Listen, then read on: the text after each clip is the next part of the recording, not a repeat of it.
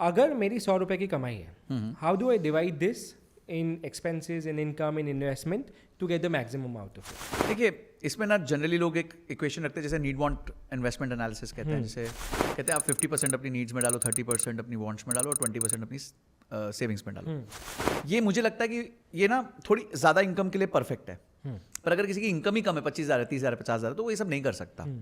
तो उसको bucket filling methodology से चलना चाहिए। तो बकेट्स बना लो लाइफ के।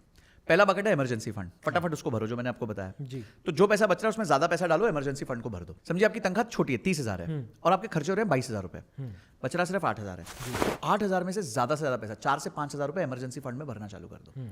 कब तक भरो? जब तक 22,000 आपके खर्चे हैं तो इंटू 3 66,000 आपके पास खड़े ना हो जाए। तो यानी अगले 7-8 महीने तक रेगुलरली 5-6,000 रुपए 6-7,000 रुपए इसमें डालते रहो। ज्यादा पैसा, अब ये बाल्टी भर गई, स्ट्रेस खत्म कि भाई कल को नौकरी नहीं रही तो क्या होगा, ये वाला क्वेश्चन अब खत्म हो गया। अब आपने साथ में क्या कर दिया, जैसे ये पैसा खत्म हुआ अब आपको इमरजेंसी फंड नहीं भरना। Now this money is available to you. Now when this money becomes available to you, start investing on yourself. कोई कोर्स ले लो, ठीक है, कोई स्किलिंग कर लो, कोई इवेंट अटेंड कर लो, कोई सेमिनार अटेंड कर लो। तो वहां का एक बजट बना लो कि भाई मैं इस सेविंग्स में से 20% इसमें डालूंगा। बचे हुए पैसे को फिर आप धीरे धीरे एसआईपी में निवेश करना चालू कर दो। तो मुझे ऐसा लगता है कि ये 50-30-20 उनके लिए ठीक है जिनकी तनख्वाह 1-1 लाख रुपए है, महीने की 1.5 लाख। बट छोटी तनख्वाह वाले को बकेट सिस्टम पे जाना चाहिए। पहले बकेट भर लो, अपना इमरजेंसी का बकेट भर लो, फिर उसके बाद अपनी एक्टिव इनकम को अपस्केल करो और अपनी इन्वेस्टमेंट्स को अपस्केल कर दो।